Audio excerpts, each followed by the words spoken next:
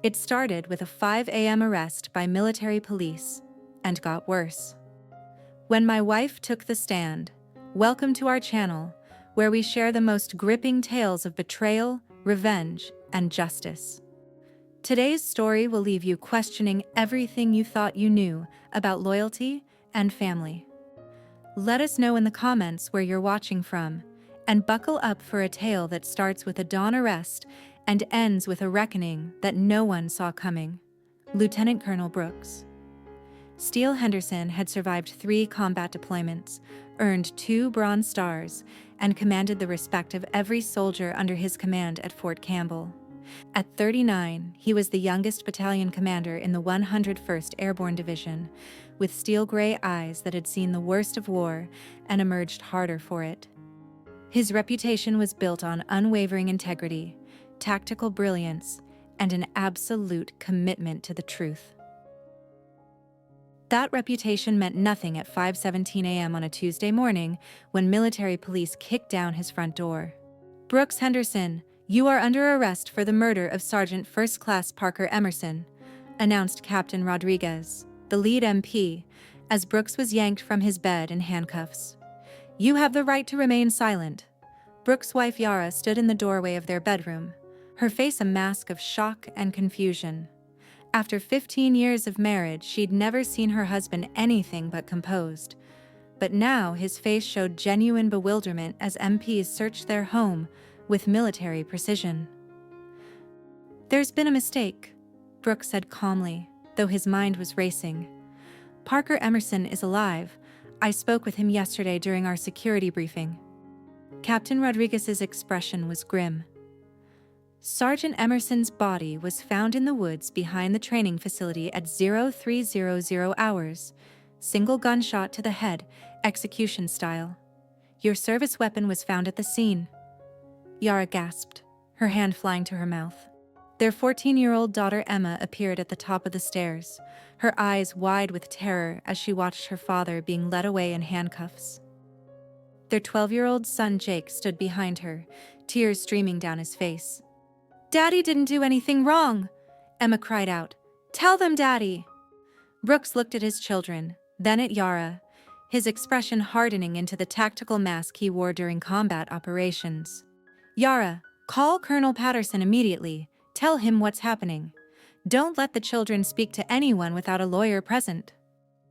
As the MPs loaded Brooks into their vehicle, he caught sight of his neighbor, Major Tom Bradley, watching from his window. Tom had been Brooks' friend for 8 years, their families close, their children playing together. But now Tom's expression showed something Brooks had never seen before: doubt. The drive to the detention facility gave Brooks time to think.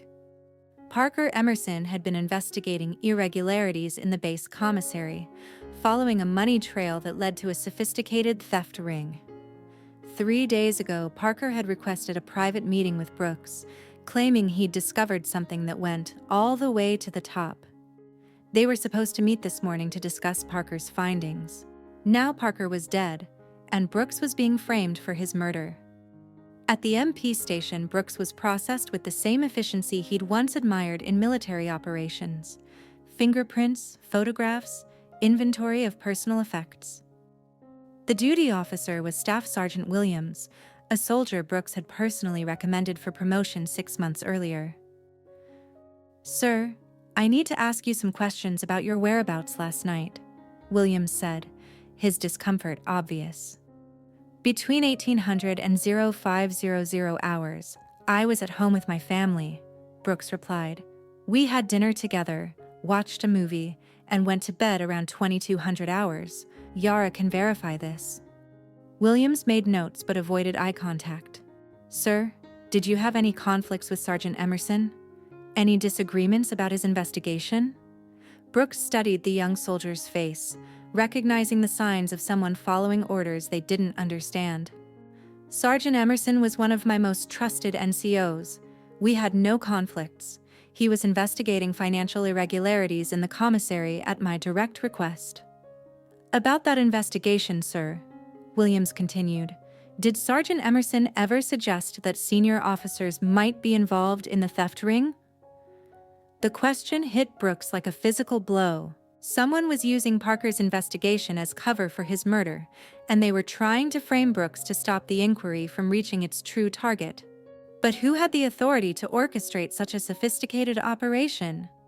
"I want to speak with my attorney," Brooks said, understanding that he was dealing with something far more dangerous than a simple murder case. 2 hours later, Brooks sat in an interrogation room across from CID Special Agent Patricia Morse, a woman whose reputation for extracting confessions was legendary throughout the military justice system. Agent Morse was in her 40s, with sharp features and intelligent eyes that seemed to catalog every micro-expression. "Colonel Henderson," she began, opening a thick file, "let's discuss your relationship with Sergeant Emerson. According to multiple witnesses, you and Emerson had a heated argument 3 days ago about the scope of his investigation." Brooks' lawyer, civilian attorney James Crawford, leaned forward. "My client has already stated that he and Sergeant Emerson had no conflicts." Agent Morse smiled coldly. "According to Captain Lisa Morgan, who overheard the conversation, Colonel Henderson told Sergeant Emerson to back off and warned him about digging too deep into things that could get him killed." The words hung in the air like smoke from a distant explosion. Brooks felt the first stirrings of genuine fear as he realized how carefully this frame-up had been constructed. Someone had been planning this for weeks, maybe months, building a case that would destroy him completely. "That conversation never happened," Brooks said evenly. "Captain Morgan is either mistaken or lying." Agent Morse pulled out a digital recorder. "We have audio surveillance from the commissary office where this conversation allegedly took place. Would you like to hear it?" Brooks exchanged glances with his attorney, both understanding that they were dealing with fabricated evidence. Someone had either created fake audio or manipulated Captain Morgan into providing false testimony. The recording played, and Brooks heard his own voice saying exactly what Agent Morse had described. The audio quality was perfect, the conversation sounding completely natural, but Brooks knew with absolute certainty that he had never said those words. "That's not me," Brooks said firmly. "That audio has been manipulated or fabricated." Agent Morse's expression showed skeptical amusement. "Colonel, we have witness testimony, audio evidence, and your service weapon at the crime scene. Your fingerprints are on the weapon, and ballistics confirms it was the murder weapon." Crawford interrupted. "We'll need to examine all evidence independently. This appears to be a sophisticated frame-up designed to discredit my client and stop his investigation into base corruption." For the first time, Agent Morse looked genuinely surprised. "What investigation?" Brooks realized that the CID hadn't been briefed on Parker's commissary investigation, which meant the frame-up was coming from someone with the authority to control information flow at the highest levels. Someone was using the murder to eliminate both Parker and Brooks while covering their own tracks. Sergeant Emerson was investigating a theft ring operating out of the base commissary," Brooks explained. "He'd discovered evidence of systematic fraud involving multiple personnel and was scheduled to brief me on his findings this morning." Agent Morse made notes, but her expression remained skeptical. "Colonel, if this investigation was legitimate, why isn't it documented in official channels? We found no record of any authorized inquiry into commissary operations." The question struck at the heart of the conspiracy. Someone had been systematically removing evidence of Parker's investigation while building the case against Brooks. This wasn't just a murder frame-up. It was a sophisticated intelligence operation designed to eliminate threats to a high-level corruption network. As Brooks was escorted back to his cell, he began mentally cataloging everyone who had the authority and access necessary to orchestrate such an operation. The list was disturbingly short, consisting of people he had trusted completely. But the worst was yet to come. As Brooks settled into his cell, he had no idea that his own wife was about to become the prosecution's star witness, and that her testimony would reveal betrayals that cut deeper than any enemy bullet he'd faced in combat. The real war was just beginning. Chapter 2. The Betrayal Unveiled. 3 days into Brooks's detention, his attorney James Crawford arrived with an expression that immediately put Brooks on high alert. Crawford had been defending military personnel for 20 years, and Brooks had never seen him look so grim. "Brooks, we need to discuss some developments in your case," Crawford said, settling into the metal chair across from Brooks in the attorney-client meeting room. "The prosecution has found a witness who claims to have seen you at the crime scene." Brooks leaned forward, his tactical mind immediately shifting into analysis mode. "Who?" Crawford opened his briefcase and pulled out a legal document. "Your wife, Yara." The words hit Brooks like a mortar round. For a moment, he couldn't process what he'd heard. Yara had been his anchor for 15 years, the one person whose loyalty he'd never questioned. She'd stood by him through 3 combat deployments, supported his career through every promotion and transfer, and raised their children with the strength and dedication of a military spouse. "That's impossible," Brooks said quietly. "Yara knows I was home all evening. She can verify my alibi." Crawford's expression grew more troubled. "Brooks, according to the prosecution's witness statement, Yara will testify that you left the house at approximately 2300 hours on the night of the murder. She claims you said you were going for a drive to clear your head after receiving a disturbing phone call." Brooks stared at his attorney, his mind reeling. "That never happened. Yara knows exactly where I was every minute of that evening. We watched a movie together, put the kids to bed, and went to sleep around 2200 hours. There's more," Crawford continued grimly. "Yara told investigators that you'd been acting strangely for weeks before the murder. She described you as paranoid, secretive, and obsessed with Sergeant Emerson's investigation. She claims you'd been making late-night phone calls and had become increasingly worried about your career prospects." Brooks felt the foundation of his world shifting beneath him. Yara's testimony would destroy his alibi while providing a motive for murder. But more devastating than the strategic implications was the personal betrayal. His wife, the mother of his children, was actively participating in framing him for murder. "Why?" Brooks asked, his voice barely above a whisper. "Why would Yara lie?" Crawford pulled out another document. "Brooks, there's something else you need to know. Our investigation into your case has uncovered some disturbing information about your wife's activities." Brooks braced himself for more devastating news. "Yara has been having an affair with Major Thomas Bradley for the past 8 months," Crawford continued. "Tom Bradley, your neighbor and supposed friend. They've been meeting at off-base locations, and there's evidence of financial transactions between them that suggest a deeper relationship than simple adultery." The betrayal cut deeper than any physical wound Brooks had ever sustained. Tom Bradley had been his closest friend on base, the man he'd trusted with his children's safety when Yara needed help during Brooks's deployments. Now that trust had been weaponized against him. "How long have you known about this?" Brooks asked. "Our private investigator uncovered the affair 2 days ago," Crawford replied. "But Brooks, there's evidence suggesting this relationship began before Sergeant Emerson's murder. Yara and Tom have been planning something together, and your arrest seems to be part of a larger scheme."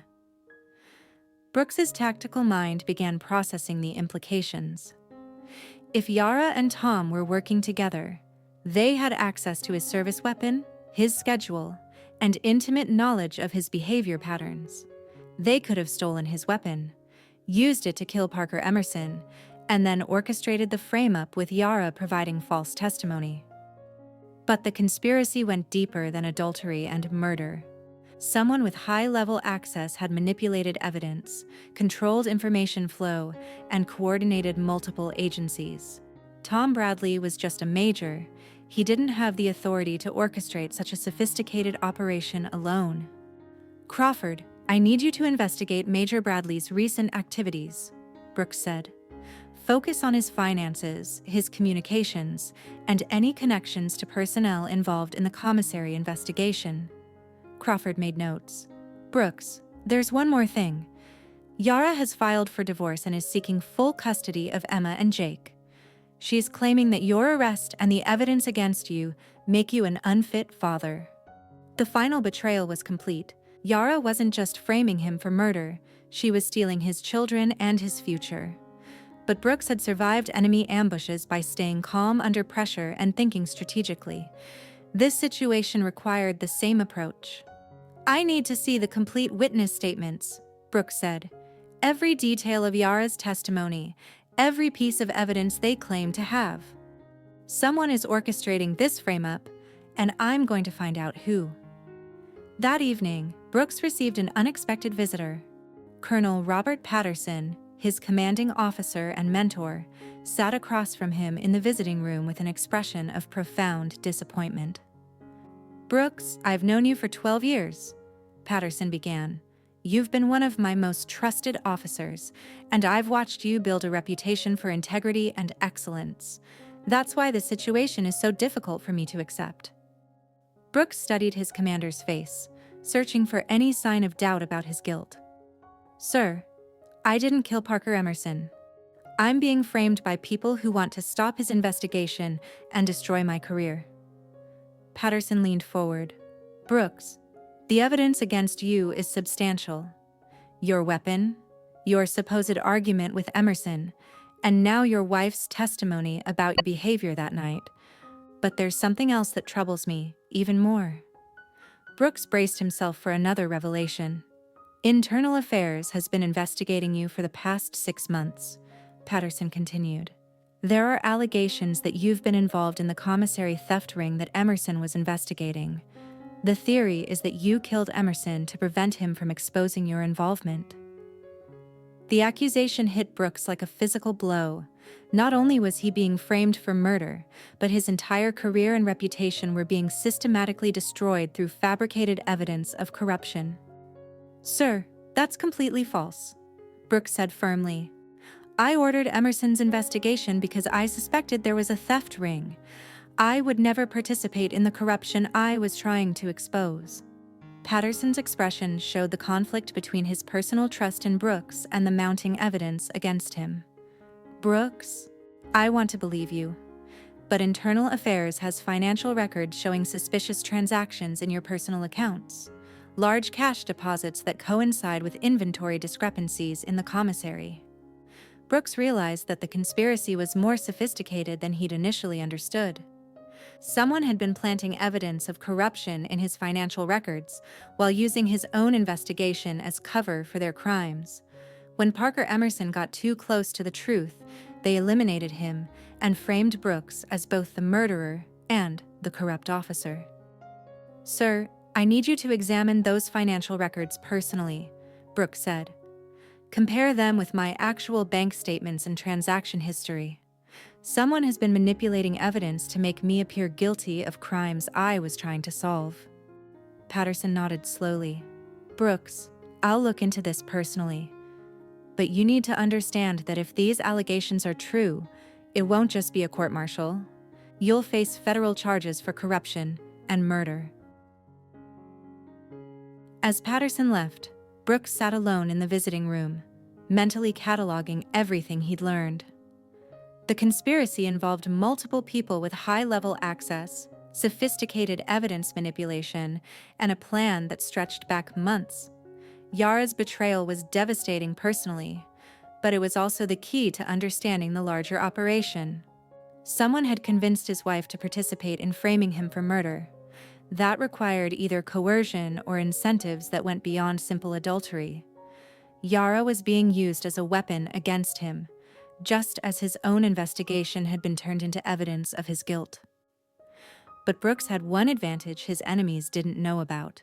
He'd been documenting everything related to the commissary investigation in encrypted files stored off-base. If he could get access to those files, he might be able to prove his innocence and expose the real conspiracy. The problem was that he was locked in a military detention facility, facing murder charges, with his own wife testifying against him. The people he'd trusted most had become his enemies, and his enemies had access to every resource he'd once commanded. Brooks Henderson was fighting for his life, his freedom, and his children's future. and the war was about to get much worse. Chapter 3: The Courtroom Ambush. 2 weeks later, Brooks sat in the defendant's chair as his court-martial began. The military courtroom was packed with officers and senior NCOs, many of whom had served under Brooks' command. Their faces showed a mixture of disbelief, disappointment, and curiosity about how a decorated officer had allegedly fallen so far. The prosecution was led by Major Jessica Torres, a prosecutor known for her methodical approach and devastating cross-examinations. She had built her career on high-profile military justice cases and had never lost a murder trial. "Ladies and gentlemen of the jury," Major Torres began her opening statement, "the evidence will show that Lieutenant Colonel Brooks Henderson murdered Sergeant First Class Parker Emerson to prevent him from exposing a corruption scheme that reached the highest levels of command." Brooks watched the jury's faces as Torres outlined the prosecution's case. The panel consisted of 5 colonels and 2 command sergeant majors, all senior enough to understand the gravity of the charges and the implications for military justice. The defendant's own wife will testify that he left their home on the night of the murder, Torres continued. She will describe his increasingly paranoid behavior, his obsession with controlling Sergeant Emerson's investigation, and his desperate attempts to protect his criminal enterprise. Brooks's attorney James Crawford had prepared him for Yara's testimony, but hearing it described in open court still felt like a physical assault. The woman he'd loved and trusted for 15 years was about to destroy him publicly. Furthermore, Torres continued, financial records will show that the defendant received substantial payments from the theft ring he was supposed to be investigating. When Sergeant Emerson discovered this corruption, Lieutenant Colonel Henderson silenced him permanently. The prosecution's first witness was Captain Lisa Morgan, who claimed to have overheard Brooks threatening Parker Emerson. Morgan took the stand with obvious nervousness, avoiding eye contact with Brooks as she was sworn in. "Captain Morgan," Torres began, "please describe the conversation you overheard between the defendant and Sergeant Emerson." Morgan's testimony was precise and damaging. She described hearing Brooks tell Parker to back off the investigation and warning him about digging too deep into things that could get him killed. The words were delivered with the conviction of someone who believed what she was saying. But during Crawford's cross-examination, cracks began to appear in Morgan's testimony. "Captain Morgan, you stated that this conversation took place in the commissary office on a Tuesday afternoon," Crawford said. "But base security logs show that Lieutenant Colonel Henderson was in a classified briefing at division headquarters during the entire afternoon you specified." Morgan's confidence wavered. I might have the day wrong. It could have been Wednesday." "Captain, did anyone else hear this conversation you claim to have witnessed?" "No, sir. I was the only one present." Crawford pulled out a document. "Captain, 3 weeks ago you were passed over for promotion for the second time. Isn't it true that you blamed Lieutenant Colonel Henderson for writing a negative evaluation that damaged your career prospects?" Torres objected, but the damage was done. The jury could see that Morgan had both motive to lie and uncertainty about basic facts in her testimony. The prosecution's next witness was more devastating. Chief Warrant Officer Parker Park, the base's financial crimes investigator, presented evidence of Brooks's alleged involvement in the commissary theft ring. These bank records show irregular cash deposits totaling $47,000 over the past 8 months, Park testified. The deposits correlate with inventory discrepancies in the commissary, suggesting that Lieutenant Colonel Henderson was receiving payment for facilitating the theft operation. Crawford's cross-examination focused on the technical aspects of the financial evidence. "Chief Park, these bank records show electronic deposits, not cash deposits as you stated. Isn't that correct?" Park checked his notes. "Yes, sir. Electronic deposits. And electronic deposits require source documentation, transfer records, and digital authentication. Did you trace the source of these deposits?" "The source accounts were created with false identification and have been closed." Crawford smiled grimly. "So you have no way of proving who actually made these deposits into my client's account?" No, sir, but the timing suggests.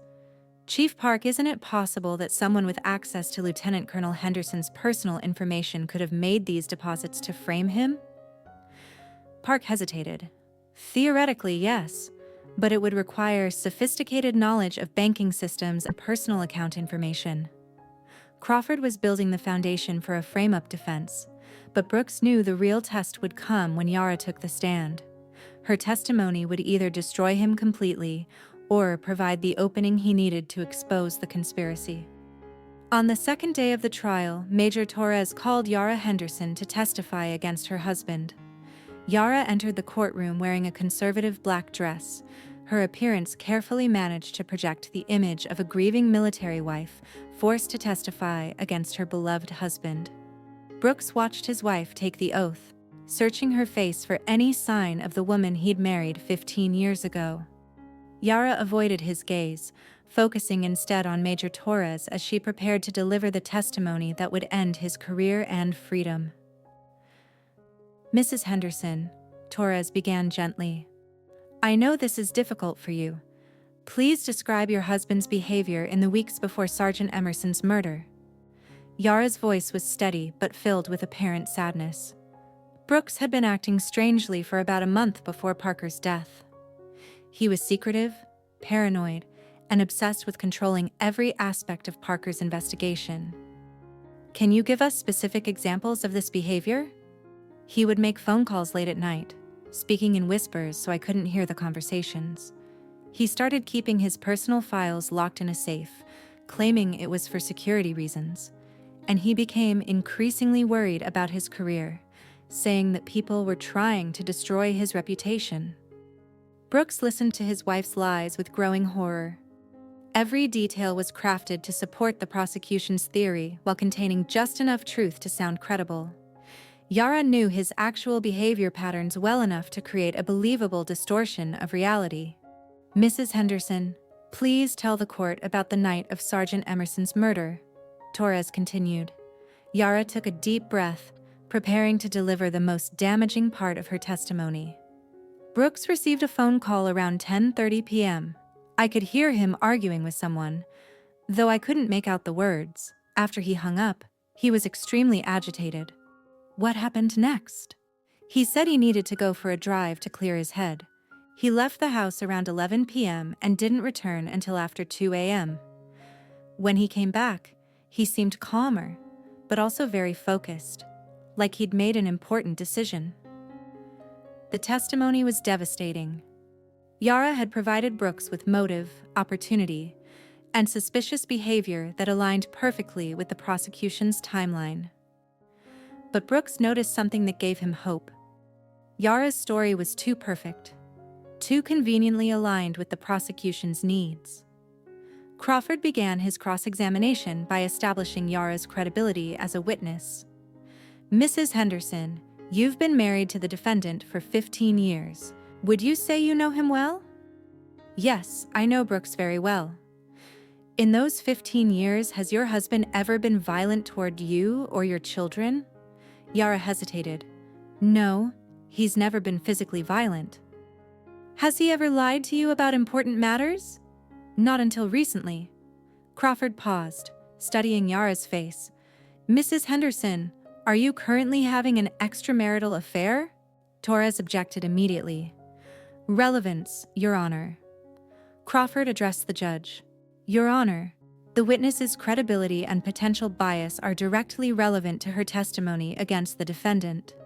The judge allowed the question, and Yara's face went pale. I don't see how that's relevant to this case. Please answer the question, Mrs. Henderson. Are you having an affair? Yara's composure cracked slightly. My personal relationships are not on trial here. Mrs. Henderson, isn't it true that you've been having an affair with Major Thomas Bradley for the past 8 months? The courtroom erupted in murmurs as Yara's face flushed red. That's not... My relationship with Tom is complicated. Crawford pressed his advantage. Isn't it true that you and Major Bradley have been planning to be together, and that your husband's arrest serves your personal interests? No, that's not true. Yara's voice rose defensively. I'm testifying because I believe Brooks is guilty, not because of my relationship with Tom. Mrs. Henderson, when did your affair with Major Bradley begin? Yara looked desperately toward the prosecution table. I don't remember exactly. Crawford pulled out a document. According to credit card records, you and Major Bradley had dinner together at the Marriott Hotel restaurant on March 15th, more than a month before your husband's arrest. Was this before or after you began suspecting him of criminal activity? Yara's story was falling apart under pressure. Tom was helping me understand what was happening with Brooks. I was scared and confused. So you were discussing your husband's alleged criminal activity with another man before you had any evidence of wrongdoing? The cross-examination revealed the timeline of Yara's betrayal. She had been planning with Tom Bradley long before Parker Emerson's murder, and her testimony was crafted to serve their personal agenda rather than reflect actual events. But Crawford's most devastating question came near the end of his cross-examination. Mrs. Henderson, on the night you claim your husband left the house to commit murder, did you actually see him leave? Yara hesitated. I heard him leave. You heard him leave? Did you see him go out the door? No, I was in bed. Did you see him return at 2 a.m.? I heard him come back. Mrs. Henderson, isn't it possible that your husband never left the house that night and that you've fabricated this entire story to support your affair with Major Bradley? Yara's composure finally broke completely. No, I'm telling the truth. Brooks left that night, and when he came back, I knew something terrible had happened. But the damage was done. Yara's testimony, which should have been the prosecution's strongest evidence, had been exposed as the product of adultery and personal betrayal. The jury could see that she had both motive to lie and uncertainty about the basic facts she claimed to witness. As Yara left the stand, she finally made eye contact with Brooks. For a moment, he saw something that might have been regret or sorrow in her eyes. But then her expression hardened into the mask of righteous anger she'd worn throughout her testimony. Brooks realized that Yara had convinced herself that her lies were justified. In her mind, she was the victim of a marriage to a man who put his career before his family. The affair with Tom Bradley wasn't betrayal, it was her salvation from a relationship that had become a prison. But Brooks also understood that Yara's testimony, despite its devastating content, had given him the opening he needed. The prosecution's case was built on lies, manipulation, and personal betrayal. If he could expose the real conspiracy behind Parker Emerson's murder, he might be able to save himself and his children. The war was far from over. It was just entering its most dangerous phase. Chapter 4: The Counterattack. That night in his cell, Brooks reviewed every detail of Yara's testimony, searching for the inconsistencies that would expose the larger conspiracy. His wife's betrayal had been devastating personally, but it had also revealed the operational structure of the frame-up. Someone had convinced Yara that he was guilty, provided her with a script for her testimony, and coordinated her affair with Tom Bradley as additional motivation. The next morning brought an unexpected visitor. Emma, his 14-year-old daughter, sat across from him in the visitation room with tears in her eyes and a determination that reminded Brooks of himself at that age. "Daddy, I know you didn't do what they're saying," Emma said quietly. "Mom's been acting weird for months, and she's been lying to me and Jake about where she goes at night." Brooks felt a surge of hope mixed with concern for his daughter's safety. "Emma, what do you mean?" "Mom's been meeting with Uncle Tom almost every night since you got arrested. They think Jake and I don't know, but I've been listening to their conversations. They're planning something together, and it involves making sure you never come home." Brooks leaned forward, his tactical mind processing this new intelligence. "Emma, I need you to be very careful. Don't let your mother or Tom know that you're suspicious. Can you tell me exactly what you've heard?" Emma pulled out a small notebook showing the same attention to detail that Brooks had tried to instill in both his children. "Last night, Mom told Tom that her testimony went well and that your lawyer couldn't prove she was lying. Tom said the next phase would be making sure you get convicted so they can be together without anyone questioning their relationship. The conversation confirmed Brooks's suspicions that Yara and Tom were active participants in the conspiracy rather than mere opportunists taking advantage of his arrest. But Emma's next revelation shocked him. "Daddy, I also heard Tom talking on the phone with someone about cleaning up loose ends. He mentioned Parker Emerson's name and said something about making sure no one could trace the operation back to the real source."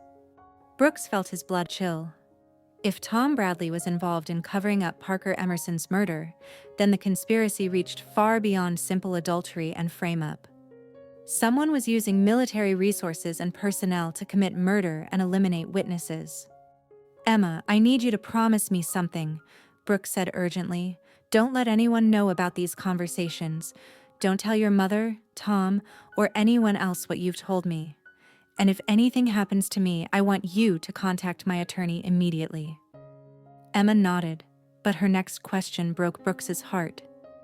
"Daddy, is Mom really trying to send you to prison forever?"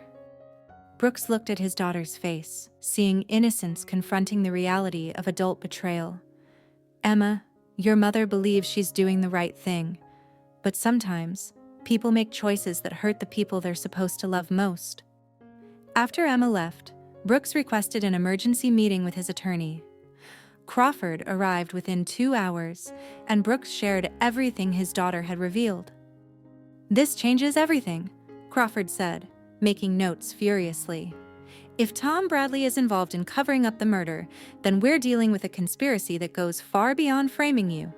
Someone ordered Parker Emerson's death, and they're using Yara and Tom to ensure you take the blame."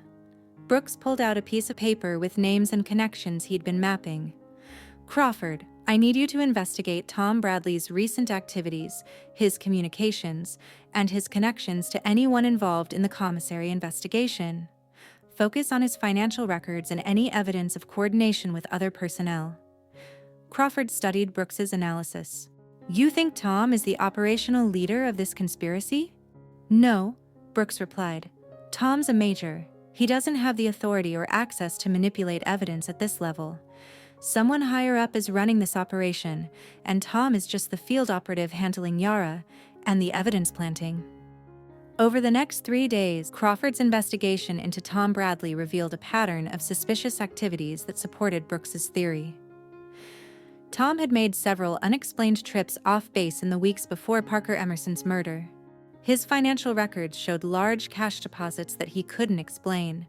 Most importantly, phone records revealed frequent communication with a number registered to a shell company with connections to defense contracting. But the breakthrough came from an unexpected source. Staff Sergeant Williams, the MP who had processed Brooks's arrest, requested a private meeting with Crawford. "Sir, I need to tell you something about the night Colonel Henderson was arrested," Williams said, his obvious nervousness suggesting he was taking a significant risk. "The evidence we found at the crime scene, it didn't feel right." Crawford leaned forward. "What do you mean?" "The colonel's service weapon was sitting on top of leaves that had fallen the day before the murder, but the weapon looked clean, like it had been placed there recently, and the serial number had been partially filed off, then restored with acid etching. This was the first concrete evidence that the physical evidence had been planted. Someone had stolen Brooks's weapon, used it to kill Parker Emerson, then altered it to obscure the chain of custody before placing it at the crime scene." "Sergeant Williams, did you report these inconsistencies to your superiors?" Williams shook his head. "I tried to, sir, but Captain Rodriguez told me to focus on processing the arrest and not to speculate about evidence that wasn't my responsibility." Crawford realized that the conspiracy included people within the MP unit itself. Captain Rodriguez had been suppressing questions about the evidence while ensuring that the frame-up proceeded without investigation. "Sergeant, would you be willing to testify about these observations?" Williams hesitated. "Sir, I've got a family to support and a career to protect." But I also swore an oath to uphold justice. If Colonel Henderson is innocent, then someone needs to speak up. The next day, Crawford requested an emergency hearing to present new evidence. Judge Colonel Patricia Hayes agreed to hear the motion in chambers, with only the prosecution and defense present. Your Honor, Crawford began, we have evidence that physical evidence in this case was planted and that witness testimony was coordinated as part of a conspiracy to frame Lieutenant Colonel Henderson. Major Torres objected immediately. Your Honor, the defense is engaging in desperate speculation without foundation. Crawford presented Staff Sergeant Williams' testimony about the planted weapon, Emma's information about Tom Bradley's involvement, and the financial evidence showing coordination between multiple parties.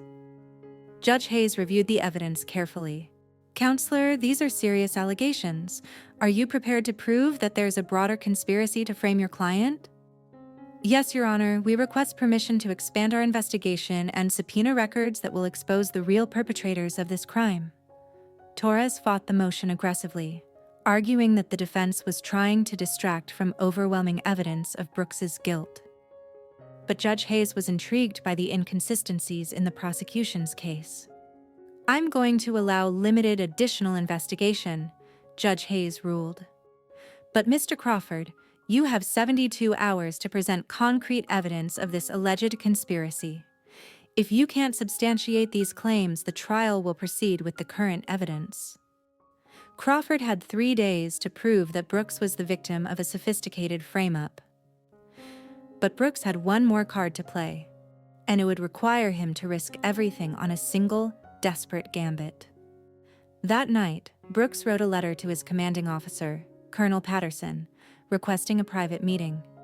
In the letter, he revealed everything he suspected about the conspiracy and asked Patterson to verify one specific detail that would expose the real mastermind behind Parker Emerson's murder.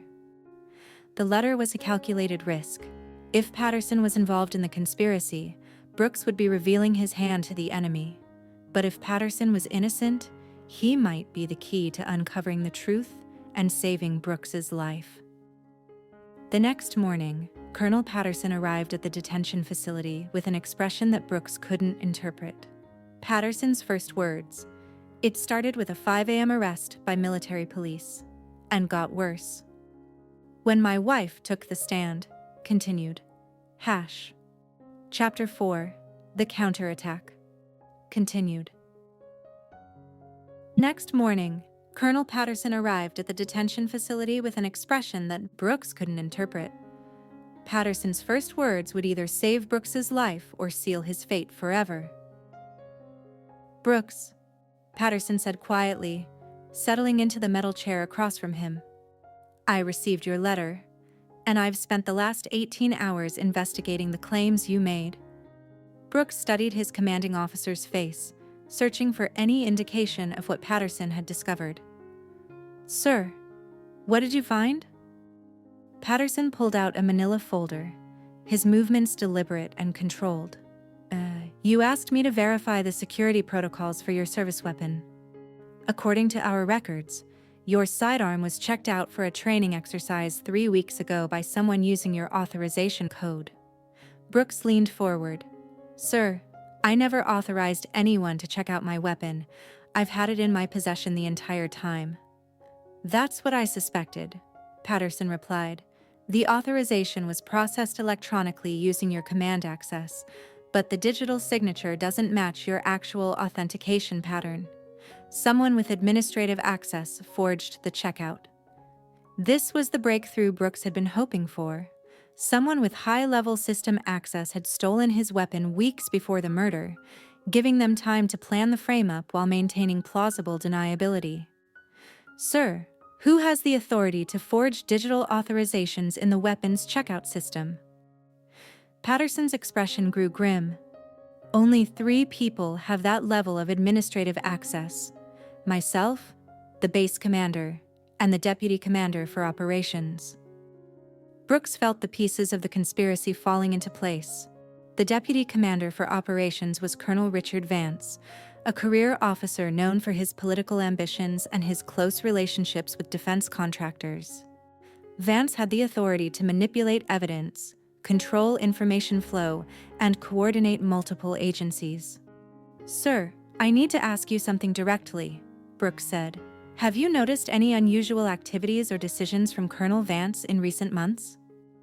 Patterson hesitated, then made a decision that would change everything.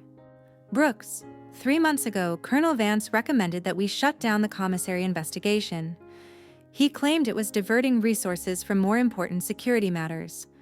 I overruled his recommendation because I believed the investigation was necessary." The motive became clear. Colonel Vance wasn't just covering up corruption, he was actively profiting from it.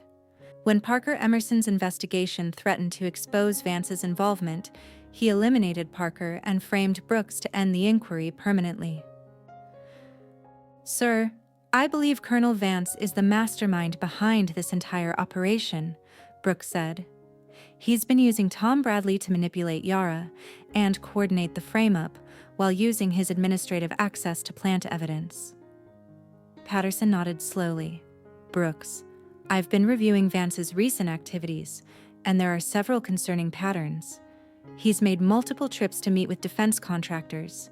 His financial disclosure forms show irregularities, and he's been unusually interested in controlling the narrative around your case." But Patterson's next revelation was the most shocking of all. "Brooks, yesterday I received a call from someone claiming to be a whistleblower within Colonel Vance's operation. This person wants to meet with us tonight to provide evidence that will expose the entire conspiracy." Brooks felt a surge of hope mixed with caution. "Sir, that could be a trap. If Vance knows we're investigating him, he might be trying to eliminate us as well." Patterson's expression was resolute. "Brooks, I've served this country for 26 years, and I've never seen a more sophisticated attempt to destroy an innocent officer. If there's a chance to expose the truth and save your career, I'm willing to take that risk." That evening, Colonel Patterson and Attorney James Crawford met with the mysterious whistleblower at a secure location off base. The whistleblower turned out to be Captain Lisa Morgan, the same officer who had provided damaging testimony against Brooks during the trial. "I lied on the stand," Morgan said immediately, her face showing the strain of guilt and fear. "Colonel Vance threatened to destroy my career if I didn't provide testimony against Colonel Henderson. He told me exactly what to say and promised me a promotion if I convinced the jury." Crawford recorded the conversation while Patterson asked pointed questions about Vance's operation. "Captain Morgan, can you describe Colonel Vance's involvement in the commissary theft ring?" Morgan pulled out a flash drive containing encrypted files. "Colonel Vance has been taking kickbacks from defense contractors for years. The commissary theft ring was just one part of a larger corruption network. When Sergeant Emerson got too close to the truth, Vance ordered his elimination." The files contained financial records, communication logs, and operational plans that exposed the full scope of Vance's criminal enterprise. The conspiracy involved multiple base personnel, defense contractors, and even some civilian officials. "But the most damaging evidence," Morgan continued, "is the audio recording of Colonel Vance giving Tom Bradley specific instructions for framing Colonel Henderson. Vance knew that Henderson's reputation for integrity made him the perfect scapegoat." Crawford's hands shook as he reviewed the evidence. This wasn't just proof of Brooks's innocence. It was evidence of a conspiracy that reached the highest levels of military command. "Captain Morgan, why are you coming forward now?" Patterson asked. Morgan's voice broke as she answered, "Because Colonel Vance told me that if Colonel Henderson gets convicted, I'll be next. He's planning to eliminate everyone who knows about his operation, starting with Tom Bradley and Yara Henderson." The revelation that Yara's life was in danger added urgency to their situation. Yara might have betrayed Brooks, but she was still the mother of his children and an innocent victim of Vance's manipulation. "We need to move fast," Patterson said. "If Vance suspects that his operation has been compromised, he'll accelerate his timeline for eliminating witnesses." Crawford was already planning their legal strategy. "We have enough evidence to request an immediate hearing and present this new information to the judge. but we need to ensure Captain Morgan's safety while we prepare the case. Patterson made the arrangements for Morgan's protection, while Crawford prepared the emergency motion. But as they were leaving the meeting location, they spotted a familiar vehicle in the parking lot: Tom Bradley's car. Tom Bradley stepped out of the shadows with two other men Brooks didn't recognize. His expression was cold and determined as he approached the group. "Colonel Patterson, you and your friends need to come with us," Tom said, revealing a service weapon. "Colonel Vance wants to speak with you personally." The trap had been sprung. Vance had been monitoring their communications and had sent Tom to eliminate the threat to his operation, but Brooks had anticipated this possibility and had prepared one final contingency plan. Earlier that day, Brooks had given Emma a sealed envelope with instructions to deliver it to the FBI if anything happened to him or Colonel Patterson. The envelope contained copies of all the evidence they'd gathered, along with a detailed explanation of Vance's conspiracy. As Tom Bradley forced them into his vehicle, Brooks realized that the next few hours would determine whether justice would prevail or whether Vance's conspiracy would succeed in eliminating everyone who threatened his criminal empire. The war for Brooks's life, his family's safety, and military justice itself was about to reach its climactic battle. Chapter 5: The Final Gambit. Tom Bradley drove them to an abandoned warehouse on the outskirts of Fort Campbell, his two companions maintaining silent watch over Patterson, Crawford, and Morgan. Brooks remained in his cell, unaware that his commanding officer and attorney had been captured, but his contingency plan was already in motion. At exactly 9 p.m., Emma Henderson knocked on the door of FBI Special Agent Rebecca Torres, no relation to the prosecutor. Agent Torres had been investigating defense contractor corruption for months and immediately recognized the significance of the evidence Emma provided. "Young lady, how did you get these documents?" Agent Torres asked, reviewing the explosive contents of Brooks's envelope. "My dad told me to bring them to you if anything happened to Colonel Patterson," Emma replied. "He said you were the only person outside the military who could be trusted with this information." Agent Torres realized she was looking at evidence of a conspiracy that involved murder, fraud, and the systematic corruption of military justice. But more importantly, she understood that several people's lives were in immediate danger. Meanwhile, at the warehouse, Colonel Vance arrived to personally oversee the elimination of the threats to his operation. Vance was a tall, distinguished officer whose reputation for military excellence masked his criminal activities. "Gentlemen," Vance said, addressing Patterson, Crawford, and Morgan, "you've created a significant problem for me. I had hoped to resolve this situation quietly, but your investigation has forced me to take more direct action." Patterson faced his superior officer with unwavering dignity. "Dick, I've known you for 15 years. I never suspected you were capable of murder and corruption on this scale." Vance's expression showed no remorse. "Bob, you forced this situation by refusing to shut down the commissary investigation. I tried to handle it quietly, but you and Henderson were too dedicated to your precious integrity." Crawford, despite being held at gunpoint, continued gathering information that might help expose the conspiracy. "Colonel Vance, how many people have you killed to protect your operation?" "Only Parker Emerson so far," Vance replied coldly, "but that number is about to increase significantly. Tom, take them to the back room and make it look like a robbery gone wrong." But Tom Bradley hesitated, the reality of multiple murders finally breaking through his commitment to the conspiracy. "Sir, killing a colonel and a civilian attorney will bring too much attention. Maybe we should consider other options." Vance pulled out his own weapon, pointing it at Tom. "Major Bradley, you've served your purpose in this operation. Your affair with Henderson's wife provided the perfect cover for our activities, but now you're becoming a liability yourself." Tom realized that he had been manipulated as much as Yara, used as a tool in Vance's larger scheme, and now facing elimination when his usefulness ended. His loyalty to Vance evaporated as he understood that he was never going to survive this conspiracy. "Sir, there's something you need to know," Tom said desperately. "The FBI is already investigating this operation. Agent Torres contacted me yesterday asking about financial irregularities in the defense contracts." Vance's composure cracked for the first time. "What did you tell her?" "Nothing, sir, but she seemed to know about the commissary connection and mentioned Colonel Henderson's name specifically." The revelation that federal investigators were already involved changed the tactical situation completely. Vance could no longer simply eliminate witnesses and cover up the conspiracy. He needed to execute a more sophisticated exit strategy. But at that moment, FBI vehicles surrounded the warehouse. Agent Torres had traced Tom Bradley's location using his phone's GPS signal and had coordinated with military police to raid Vance's meeting. "Federal agents, drop your weapons and exit the building with your hands visible." Vance realized that his conspiracy was collapsing, but he had one final card to play. "Everyone stays calm," he announced. "Tom, you're going to walk outside and tell the agents that this is a routine military exercise. Patterson and Crawford will remain here as insurance."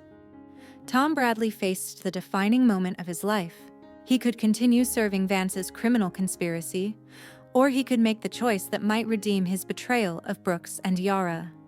"No, sir," Tom said quietly. "I'm done being part of this operation." Tom dropped his weapon and walked toward the door, leaving Vance alone with his 2 remaining allies and 3 hostages. But Captain Morgan made a desperate decision that changed everything. "Colonel Vance," Morgan called out, "the FBI already has all the evidence they need. I provided them with recordings of our conversations and copies of all the financial records. Killing us won't stop the investigation." Vance spun toward Morgan, his weapon raised, but Patterson tackled him before he could fire. The 2 colonels fought desperately while Crawford helped Morgan escape toward the front of the building. Outside, Agent Torres coordinated with military police to secure the area, while Tom Bradley provided information about the people inside and the layout of the building. Tom's cooperation didn't excuse his previous crimes, but it might save the lives of the hostages. "Agent Torres," Tom said urgently, "Colonel Vance has lost control of the situation. He'll kill the hostages rather than face prosecution for murder and corruption." Agent Torres made the tactical decision to breach the building immediately. FBI agents and military police entered from multiple points while Patterson and Vance continued their struggle for control of the weapon. The confrontation ended when Vance, realizing that his conspiracy had been completely exposed, turned his weapon on himself rather than face the consequences of his crimes. His suicide eliminated the mastermind of the conspiracy, but also removed the primary witness who could have provided testimony about the full scope of the corruption network. Chapter 6: Justice and Redemption. 3 days later, Brooks Henderson walked out of the military detention facility as a free man. All charges against him had been dropped after the FBI's investigation confirmed his innocence and exposed the conspiracy that had framed him. Judge Colonel Hayes convened an emergency hearing to officially dismiss the case and address the misconduct that had nearly destroyed an innocent officer's life. "Lieutenant Colonel Henderson," Judge Hayes said, "this court apologizes for the injustice you have suffered. The evidence clearly shows that you were the victim of a sophisticated conspiracy designed to frame you for a murder you did not commit." Brooks stood at attention, his uniform perfectly pressed despite everything he had endured. "Your Honor, I hold no animosity toward this court or the military justice system. The system worked when honest people like Colonel Patterson and Agent Torres were willing to seek the truth. But the personal aftermath of the conspiracy was more complex than the legal resolution. Yara Henderson faced her own reckoning for her role in the frame-up, and the future of Brooks's family remained uncertain. Yara met Brooks at their home the day after his release, her appearance showing the strain of weeks of guilt and fear. She had learned about Colonel Vance's plan to eliminate her and had finally understood how completely she had been manipulated. "Brooks, I know there's nothing I can say that will excuse what I did, Yara began, tears streaming down her face. I believed Tom when he told me you were involved in corruption. I thought I was protecting our children from a father who had become a criminal. Brooks looked at the woman he had loved for 15 years, seeing both the person who had betrayed him and the mother of his children, who had been victimized by the same conspiracy. Yara, we both made choices that damaged our family, Brooks replied. I can forgive you for being deceived, but I can't forget that you chose to believe the worst about me without giving me a chance to defend myself. The conversation was interrupted by Emma and Jake, who ran to embrace their father with the pure joy of children whose world had been restored. Brooks held his children, feeling the weight of everything he had almost lost. Daddy, are you coming home? Jake asked, his voice still showing traces of the fear and confusion he had experienced during the trial. Brooks looked at Yara, then at his children, understanding that rebuilding their family would require forgiveness, trust, and a commitment to honest communication that had been lacking in their marriage. I'm home, son, Brooks said, but your mother and I need to have some serious conversations about our future together. Over the following weeks, Brooks and Yara began the difficult process of rebuilding their relationship. Yara faced her own legal consequences for perjury and conspiracy, though her cooperation with the FBI investigation resulted in a suspended sentence and community service.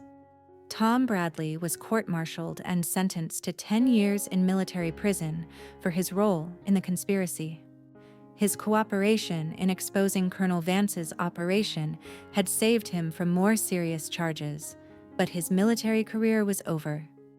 Captain Lisa Morgan received immunity for her testimony, but was discharged from the military for her initial participation in the frame-up.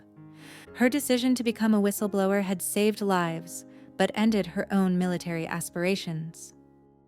Brooks was promoted to full colonel and given command of a new anti-corruption task force designed to prevent future conspiracies within the military justice system. His experience as a victim of corruption made him uniquely qualified to identify and combat similar operations. But the most important outcome was the restoration of Brooks's relationship with his children and the slow rebuilding of trust within his family. Emma and Jake had learned difficult lessons about loyalty, truth, and the complexity of adult relationships, but they had also seen their father's character tested and proven under the most extreme circumstances. 6 months after his exoneration, Brooks stood before a gathering of military officers and federal agents, delivering a speech about integrity, justice, and the importance of protecting innocent people from those who would abuse their authority. The conspiracy that nearly destroyed my life succeeded because good people remained silent when they should have spoken up, Brooks said. Evil triumphs when honorable individuals choose convenience over courage, silence over truth. Colonel Patterson, who had been promoted and given command of the base, introduced Brooks with words that captured the essence of his character. Colonel Henderson represents the best of military service, unwavering integrity, tactical brilliance, and an absolute commitment to protecting the innocent. As Brooks concluded his speech, he looked out at the audience and saw Agent Torres, who had nodded with approval at his message about the importance of seeking truth over convenience. He saw former colleagues who had doubted his innocence, but now understood the sophistication of the conspiracy that had targeted him. But most importantly, he saw Yara and his children in the front row, their presence representing both the pain of betrayal and the possibility of redemption through forgiveness and renewed commitment to honesty. The story that had begun with a 5 a.m. arrest had ended with justice, but more importantly, it had ended with the understanding that integrity, courage, and the willingness to fight for truth are the foundations upon which all meaningful relationships, personal and professional, must be built. Brooks Henderson had survived the ultimate test of his character and emerged stronger, wiser, and more committed than ever to the values that defined not just his military service, but his identity as a husband, father, and human being. The war was over. Truth had prevailed, And sometimes, that's the only victory that really matters. Epilogue. 5 years later. Colonel Brooks Henderson stood in his office at the Pentagon, reviewing files for the Military Justice Reform Commission he now chaired. The commission had been established in direct response to the conspiracy that had nearly destroyed his life, and it had already implemented dozens of reforms to prevent similar abuses of power. A knock on his door interrupted his work. Emma, now 19 and a cadet at West Point, entered wearing her dress gray uniform. "Dad, I wanted to tell you something before my graduation ceremony tomorrow," Emma said, her voice carrying the confidence and integrity that Brooks had tried to instill in both his children. "What's that, sweetheart? I've decided to specialize in military law. I want to follow in your footsteps by protecting innocent people from those who would abuse their authority." Brooks felt a surge of pride mixed with concern for his daughter's safety. "Emma, that's a challenging field. You'll face people who will try to destroy you for doing the right thing." Emma smiled, her expression showing the same determination that had helped her family survive their darkest period. "Dad, you taught me that integrity isn't about avoiding difficult situations. It's about having the courage to do what's right when everything is at stake." Brooks embraced his daughter, understanding that the lessons learned from his ordeal had not been wasted. The next generation would be better prepared to recognize and combat corruption because of the price his family had paid for justice.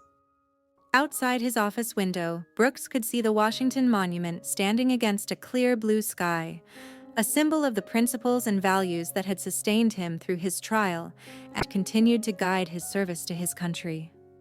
The story that had begun with betrayal and frame-up had evolved into a legacy of justice, integrity, and the understanding that sometimes the worst experiences in life can become the foundation for the most meaningful contributions we make to the world. Brooks Henderson had learned that true victory isn't measured by avoiding defeat, but by how we respond when everything we value is threatened. He had chosen to fight for truth, and in doing so, he had not only saved himself, but had created a better system for protecting others who might face similar threats. That, he realized, was the real measure of a life well lived.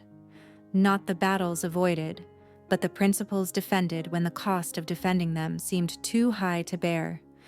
Justice had been served. Integrity had been vindicated.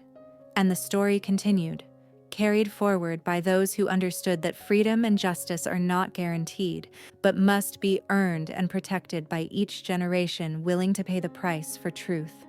The end.